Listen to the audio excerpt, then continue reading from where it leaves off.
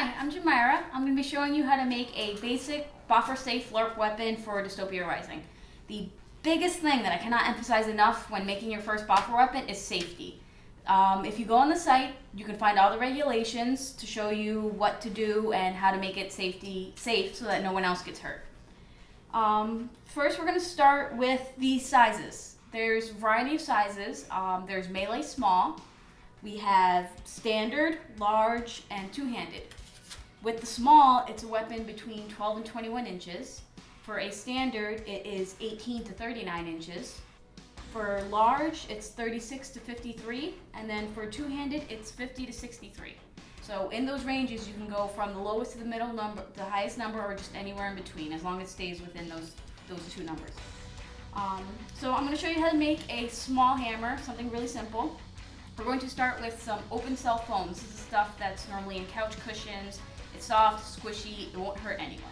Because safety and beating up your friends is awesome, but we don't want to hurt them.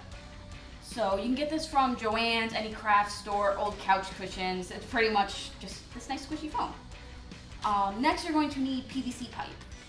For melee smalls, as long as you don't go above the like 18 inches, you can use a fiberglass core like this, and you can get these from Home Depot. You can just trim it with a something like a sawzall like this, or a hacksaw or pipe cutter, and just trim it.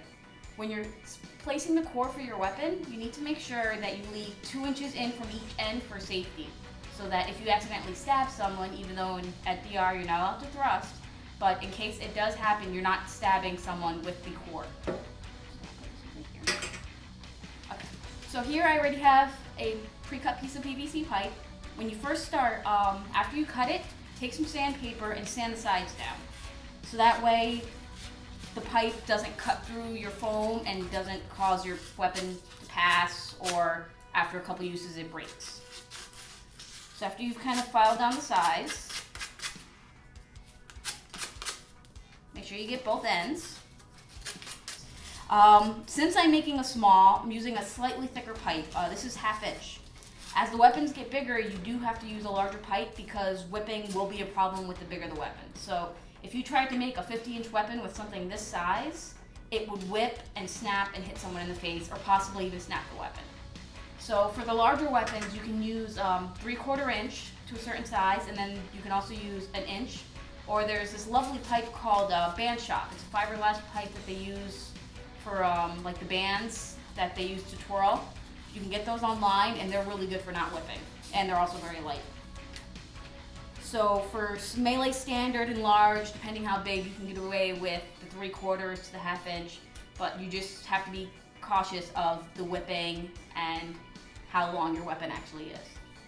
So after you've filed down your sides, here I have the piece of foam. I'm just going to cut it in half with some scissors. It cuts very easy.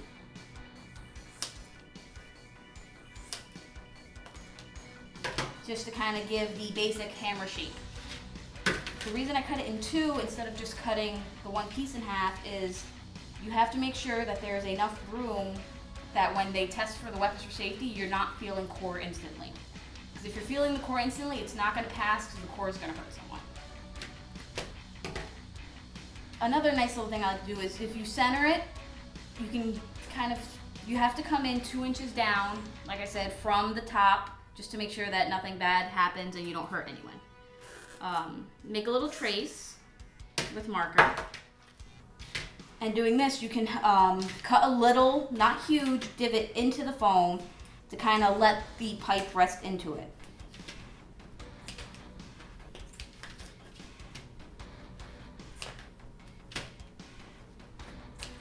And this way it gives the pipe a nice sturdy place to stay and won't shift around after you glue it in. Right. So now that the pieces have their divots, what you can do is take a nice strong high performance spray adhesive, just kind of shake the can and spray in the divot, and then just kind of cover the rest of the foam. This is going to make a nice strong bond for when you stick the pieces together as well as with the pipe.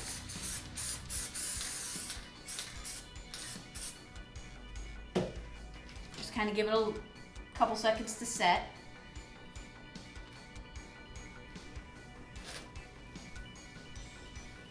And then you rest it in. You can still see the gap. And then you line them up and stick them together.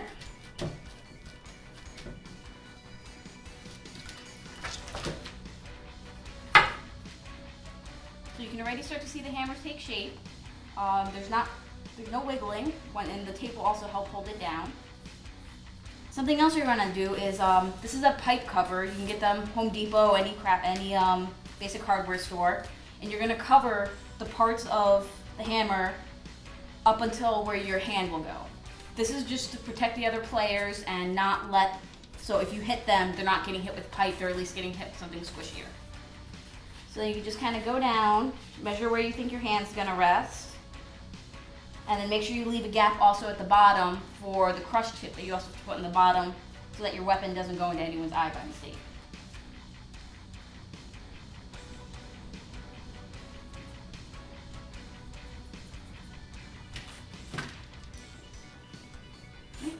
Alright, and this cuts also very well just with scissors. You just cut it.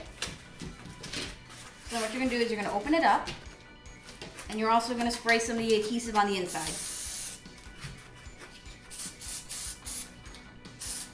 And then spray some also on the seam.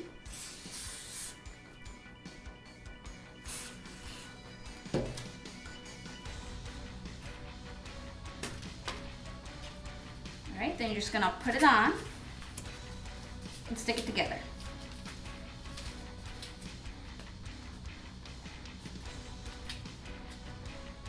And just hold it for a couple seconds and it'll start to stick on its own. So now you can see the basic shape of the weapon. You've got your handle, your safety, cushion, and then the actual hammer itself. So now we are going to actually start taping it.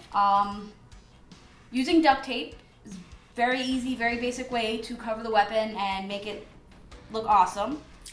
Certain weapons use certain colors. For this I would usually use gray duct tape, but I actually don't have any, so for right now I'm going to use yellow. But it's best to keep away from the crazy duct tapes like with creatures and stuff on them, just to keep it more genre. So what you're going to do is you're going to take the duct tape and you're actually going to cut it long ways down, and that's actually how you're going to apply the pieces. Place a piece and just kind of rub it on in and let it stick. And you're just going to kind of go along it this whole way like this, just going straight down.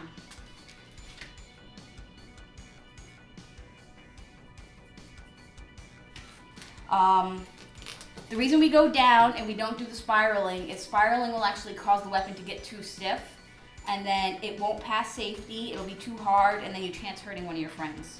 So going down in these nice straight strips keeps it loose and safe.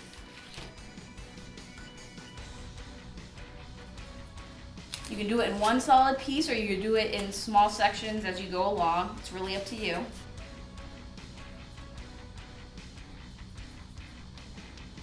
And just don't squeeze it too tight, because then it's gonna run into the problem of the weapon being too hard again.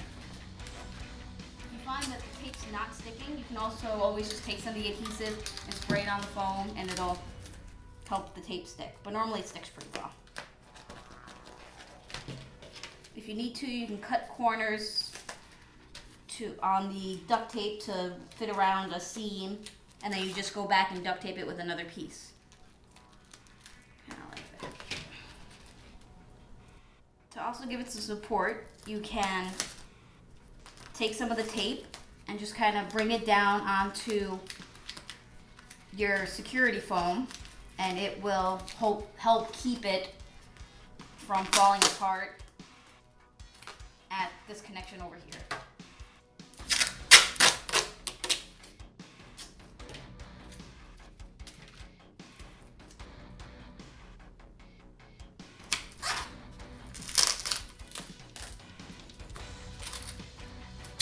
Right, and also if you want, just to make sure that this does stay on, besides the glue, you can go around with the tape and kind of just give it some support around the sides. Alright, so then you've got all this taped up. You can tape your handle in a different color if you'd like. It doesn't have to be the same color as the duct tape. Just for right now, I'm just going to use the same.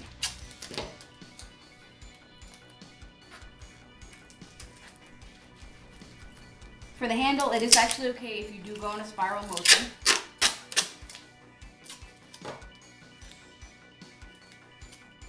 Alright, so you get about there, and you still do have to put your crush tip on. So your crush tip should be about 2 inches.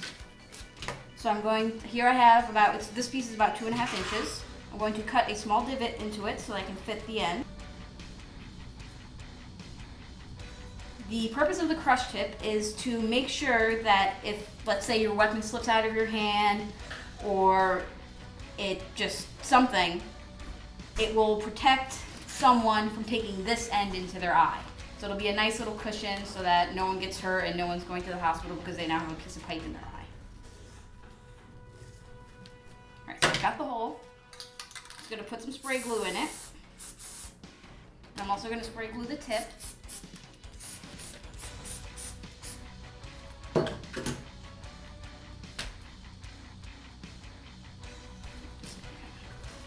Slide it on. And if I push down, all I feel is cushion. I don't actually feel the pipe. So then you just go down and you tape this as well, using the same going down, not spiraling.